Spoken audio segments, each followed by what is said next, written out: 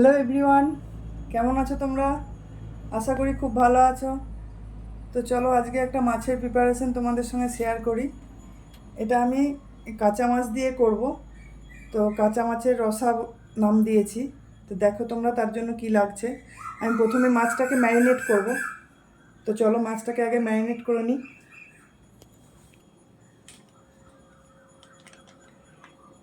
একটু হলুদ দিচ্ছি,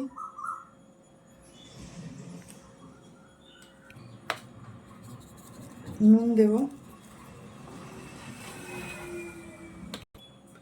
আর একটু লেবুর রস দিব। এই লেবুর রস নুন হলুদ মাখিয়ে 10 মিনিট আমি এটাকে ম্যারিনেট করে রেখে দেবো।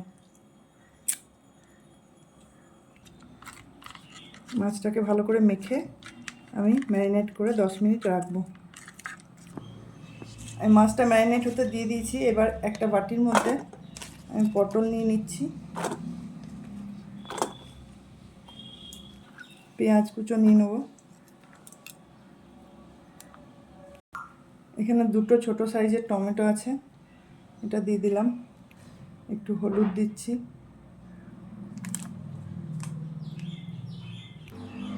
একটু কাশ্মীরি লঙ্কা দিয়ে দিলাম। এইখানে আমি একটা মশলা তৈরি করেছি। এর মধ্যে আছে 5-6টা রসুনের কোয়া, একটু আদা, গোটা জিরে, গোটা ধনে, একটা শুকনো লঙ্কা। এগুলো সব আমি মিক্সিতে ভালো করে মিহি করে পেস্ট করে নিয়েছি। এটাও আমি এর মধ্যে দিয়ে দেবো।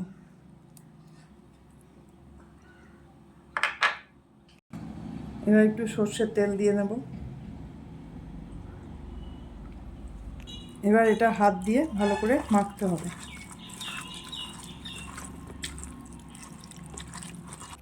এই মাছটা আমি 10 মিনিট ম্যারিনেট হয়ে গেছে। এবার আমি মাছটাও এর মধ্যে দিয়ে দেবো।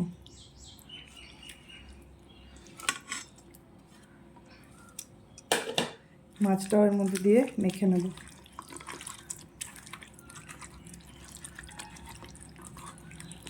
মাছটা দিয়েও ভালো করে মেখে নিতে হবে।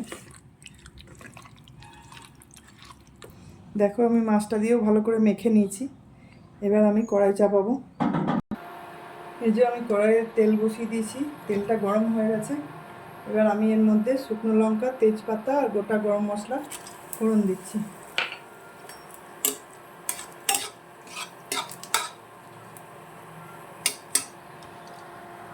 এবার আমি মাছটা এর মধ্যে পুরোটাই ঢেলে দেবো।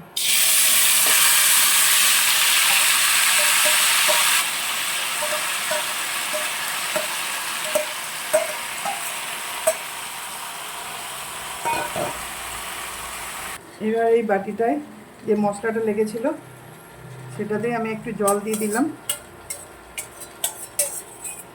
এবার বাটি ধোয়া জলটা এর মধ্যে দিয়ে দেবো। এটাকে এবার আমি 10-15 মিনিট ঢাকা দিয়ে মিডিয়াম আঁচে করব। তো 10-15 মিনিট পর আবার তোমাদের সঙ্গে দেখা হচ্ছে। চলো 10 মিনিট হয়ে গেছে। 10 মিনিট পর আমি দেখে নিই কী অবস্থা আছে।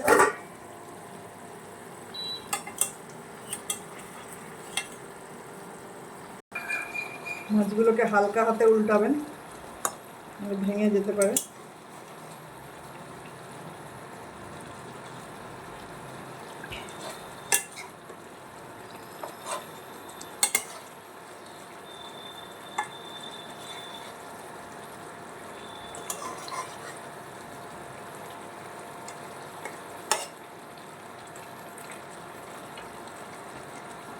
এবার একদম লো ফ্লেমে আরও 10 মিনিট হতে দেবো আমি। তো মাঝে মাঝে দেখবেন যেন পুরে তলায় ধরে না যায়। একদম লো ফ্লেমে করবেন, তাহলে ঠিক হবে। আরও 10 মিনিট হোক। তো মনে হচ্ছে এবার হয়ে গেছে এটা।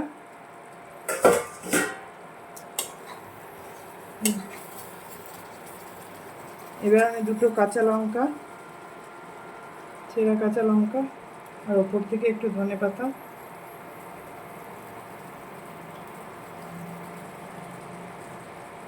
দিয়ে একটু নাড়িয়ে দেবো। আর একটু কাঁচা সর্ষের তেল দেবো। আমি মাঝে আরেকবার নেড়ে গেছিলাম যাতে তলায় ধরে না যায়, তার জন্য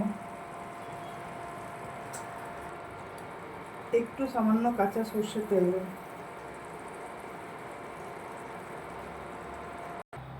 তো বন্ধুরা চলো, আমার রান্না কমপ্লিট। তো এটা গরম ভাতের সঙ্গে খেতে খুবই ভালো লাগবে। তোমরা একবার বাড়িতে বানিয়ে দেখবে কেমন লাগে, আর আমাকে অবশ্যই কমেন্টে জানাবে এটা কেমন হয়েছে। তো আজকের মতন টাটা।